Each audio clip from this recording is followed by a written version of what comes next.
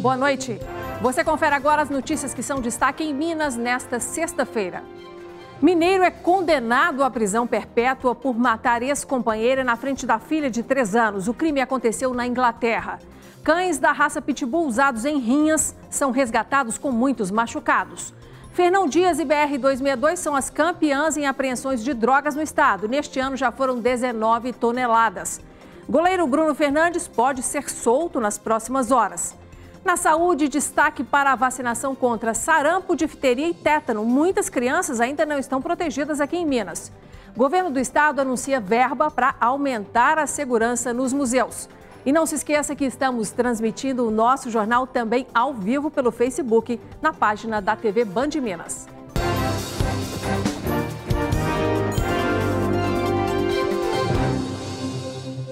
Um incêndio está acontecendo neste momento às margens da MG10, no bairro Serra Verde, aqui em Belo Horizonte, ali nas proximidades da cidade administrativa.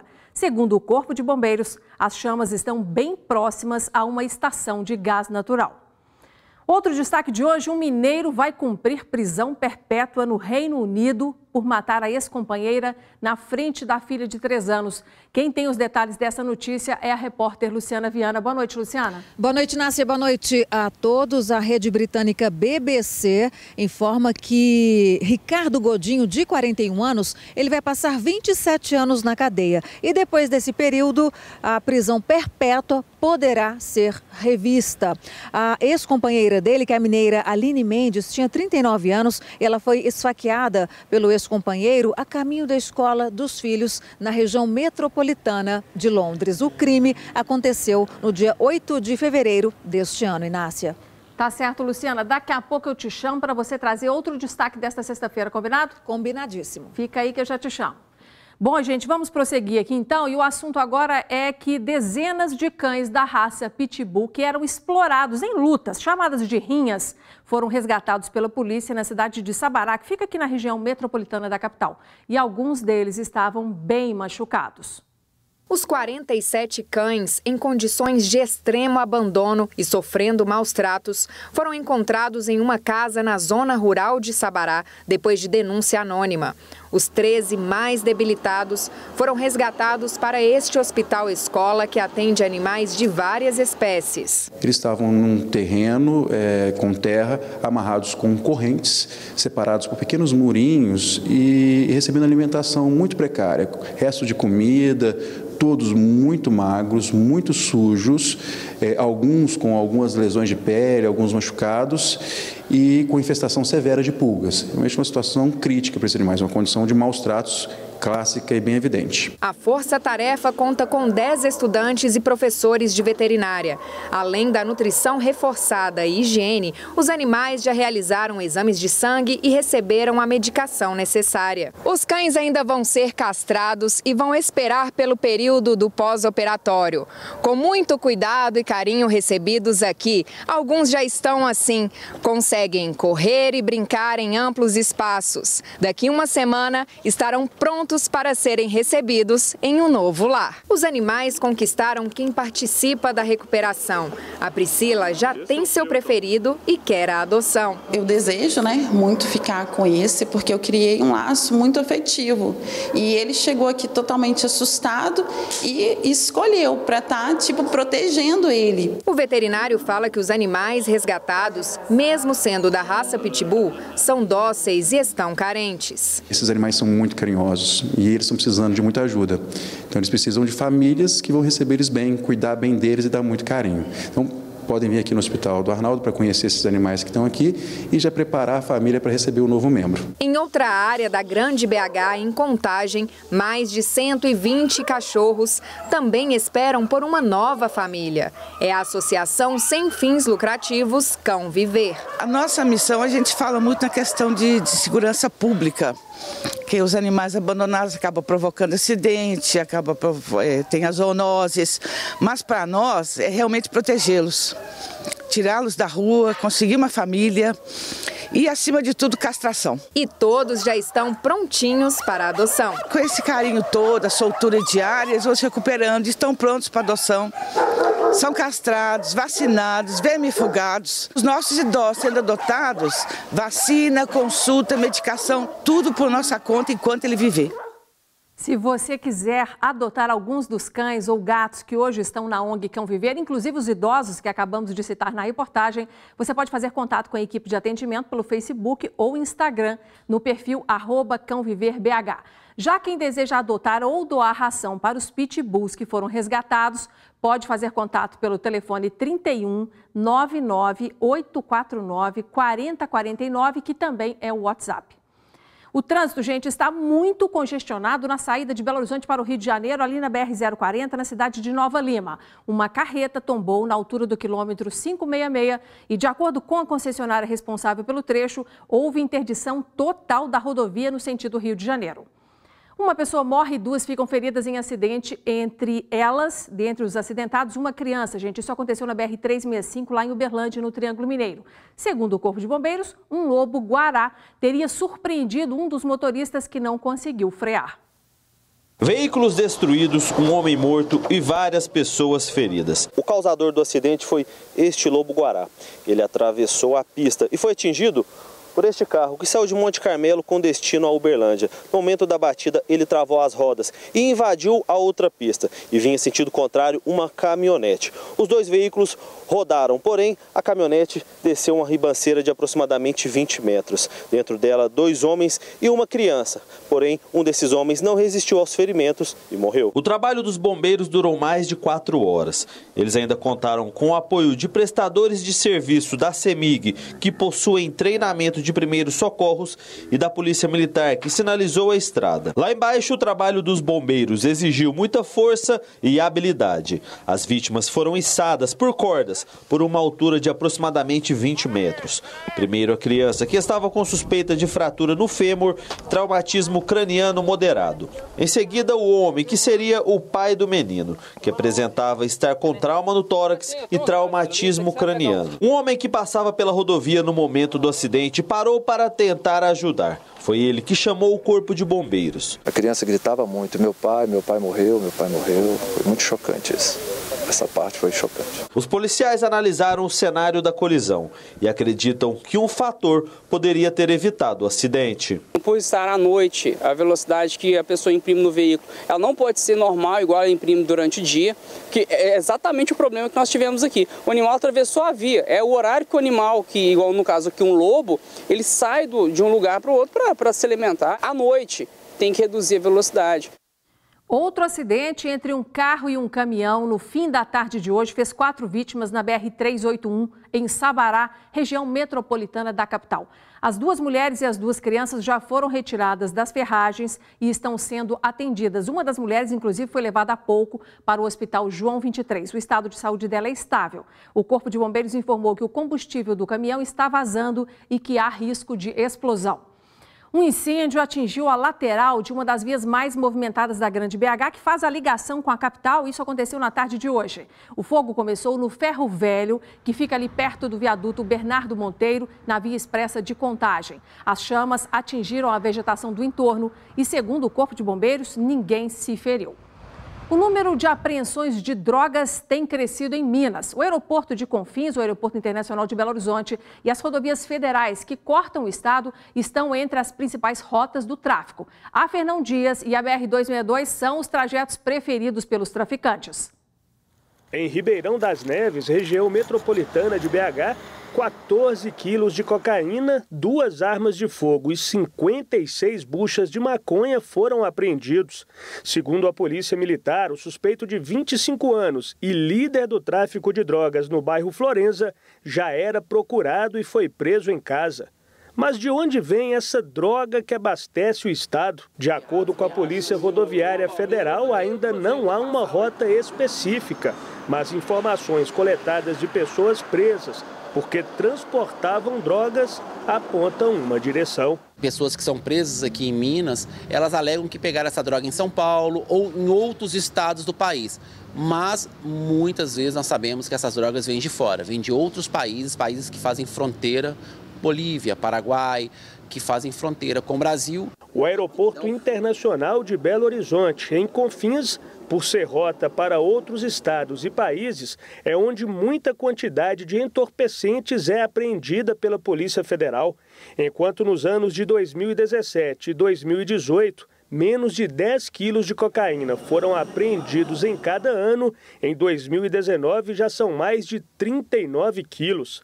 Mas ônibus e caminhões também são outros meios utilizados por traficantes. A Fernão Dias, com certeza, é aquela onde nós fazemos as maiores apreensões, pelo menos em quantidade de flagrantes. E a BR-262, uma traz a droga que passa por São Paulo, principalmente aqueles passageiros em carros ou em ônibus, e as quantidades maiores em carretas, geralmente trafegam pela BR-262. Tanto no Aeroporto Internacional de Belo Horizonte, quanto nas rodovias federais que cortam o estado, a quantidade de drogas apreendida vem crescendo de 2017 para cá. Ainda estamos no meio do ano e os números de 2019 já superam todos os de 2018. Para se ter uma ideia, no ano passado, 14 toneladas de maconha foram apreendidas. Neste ano, até o dia 15 de julho, já são 19 toneladas. A fiscalização que melhorou, não é a quantidade de drogas que está aumentando. Então, como eu tenho hoje policiais mais qualificados, eu tenho uma estrutura de fiscalização melhor, fica mais fácil flagrar situações que em anos anteriores talvez pudessem passar desapercebidas pelos nossos agentes. E agora nós vamos chamar mais uma vez a nossa repórter Luciana Viana para tratar de um outro assunto. O goleiro Bruno Fernandes pode ser solto a qualquer momento. Luciana, conta pra gente aí os detalhes dessa nova decisão judicial. Exatamente, viu, Inácia? A Justiça considera que Bruno já cumpriu o tempo necessário para a progressão de regime, né? 2/5 de um total de 20 anos e 9 meses de condenação. Agora, no semiaberto, ele poderá sair da cadeia para trabalhar, mas terá que provar que está trabalhando, terá também que se apresentar à Justiça uma vez por mês, não poderá frequentar bares e casas noturnas. Agora, o jornalismo da Band Minas acaba de apurar que 2 advogados de Bruno Fernandes acabam de chegar à unidade prisional onde ele está, lá em Varginha, no sul de Minas. Ou seja, Bruno poderá ser solto a qualquer momento. Ele que foi condenado pelo homicídio triplamente qualificado de Elisa Samúdio e também sequestro e cárcere privado do filho Bruninho. Inácia. Tá certo, Luciana. Por agora é isso. Obrigada pelas informações.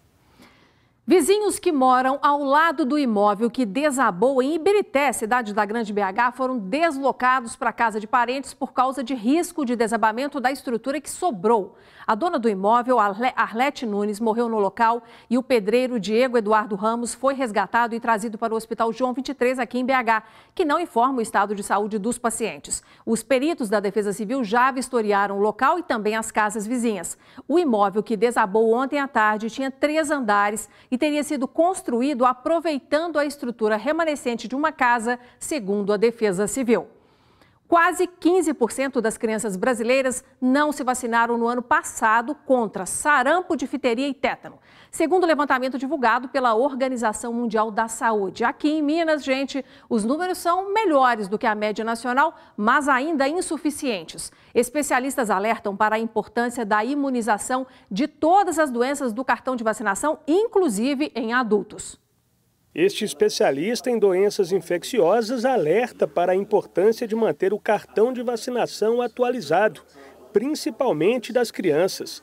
Além de evitar surtos, evita também o reaparecimento de doenças antes erradicadas no país. Quando a gente tem altas taxas de vacinação contra uma determinada doença, como é o caso do sarampo, a gente consegue bloquear a entrada do vírus, por exemplo, na população. Se, eventualmente, algumas pessoas nessa população não estão protegidas porque não responderam à vacina ou porque não foram vacinadas, elas conseguem se proteger porque o rebanho as protege. Dados divulgados pela Organização Mundial de Saúde e pela Unicef comprovam isso. Cerca de 20 milhões de crianças no mundo não se vacinaram contra sarampo, difteria e tétano no ano passado. O principal motivo dessas taxas caírem é os pais estarem menos atentos à necessidade da vacinação das crianças, aos reforços de dose, a completar os esquemas. Isso abre uma janela, uma possibilidade de algumas doenças voltarem a acontecer, como é o caso do sarampo atualmente. Neste posto de saúde, na região centro-sul da capital, apenas 2 crianças foram vacinadas em um período de mais de 1 hora em que a nossa equipe esteve presente. É importante trazer toda semana com cartão em dias. O cartão está em dia, então? Tá. Agora ele vai tomar só com 4 anos. Mundialmente, desde 2010, a cobertura vacinal de 3 doses contra tétano, difteria e coqueluche e 1 dose contra sarampo paralisou em 86%. Embora alto, o índice não é suficiente. A cobertura necessária é de 95%. Belo Horizonte também enfrenta esse problema.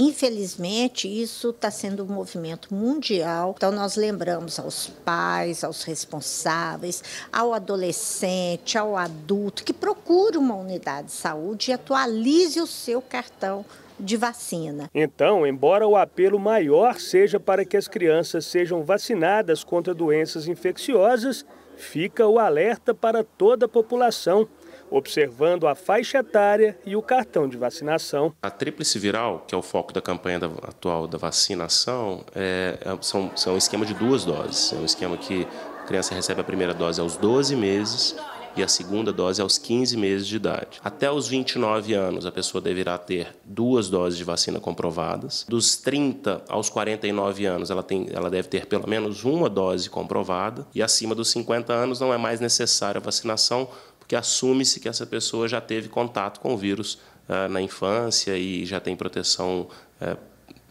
suficiente. No próximo bloco, o governo estadual anuncia verba para melhorar a segurança de museus mineiros. –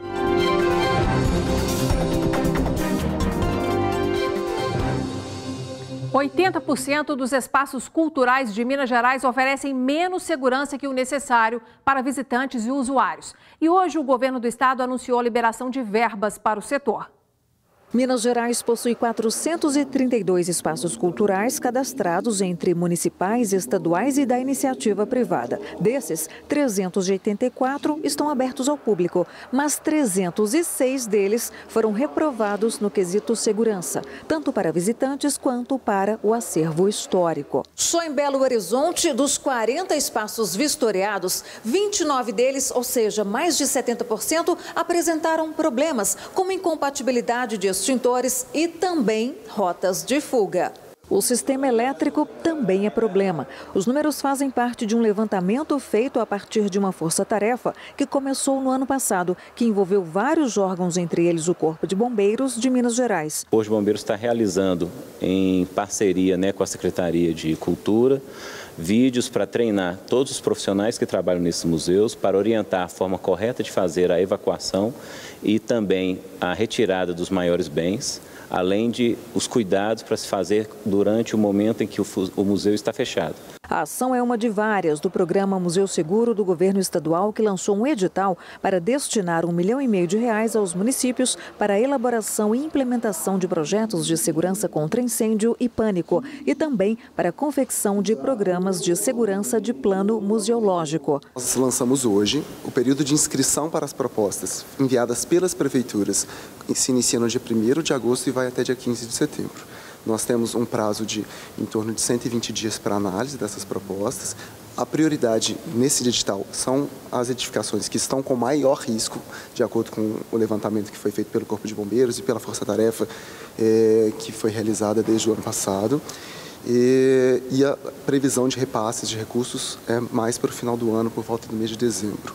A partir desse momento, as prefeituras farão a contratualização da prestação de serviço. Para o secretário de Estado de Cultura e Turismo, Marcelo Matti, o edital é uma forma de garantir que tragédias como a do Museu Nacional no Rio de Janeiro, destruído pelo fogo em setembro do ano passado, não aconteçam em Minas Gerais. Nós poderemos equipar os museus com AVCBs, com equipamentos de prevenção de incêndio, com brigadas de incêndio, um conjunto de ações que vão sendo ativadas na medida que as empresas se habilitarem e nós liberarmos os recursos. A gente tem a preocupação com esse público visitante que corre risco, né, com as edificações e com os acervos.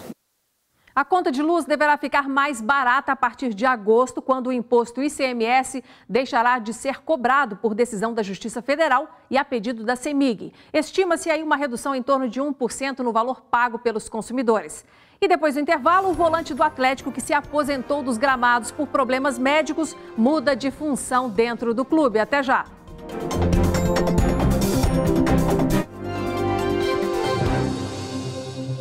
O volante Adilson do Atlético decidiu na semana passada abandonar a profissão de jogador por problemas cardíacos, mas a carreira no futebol não terminou.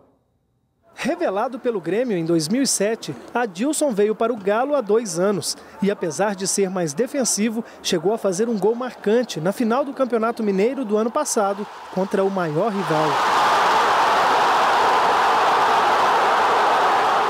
Mas uma notícia recebida pelo jogador seria um divisor de águas na vida do atleta: a descoberta de uma doença chamada de cardiomiopatia hipertrófica. Há uma formação de fibras musculares de forma inadequada, então o coração começa a produzir e a hipertrofiar em alguns segmentos, não como um todo, não de forma homogênea, mas de forma heterogênea. Em alguns segmentos ele pode hipertrofiar.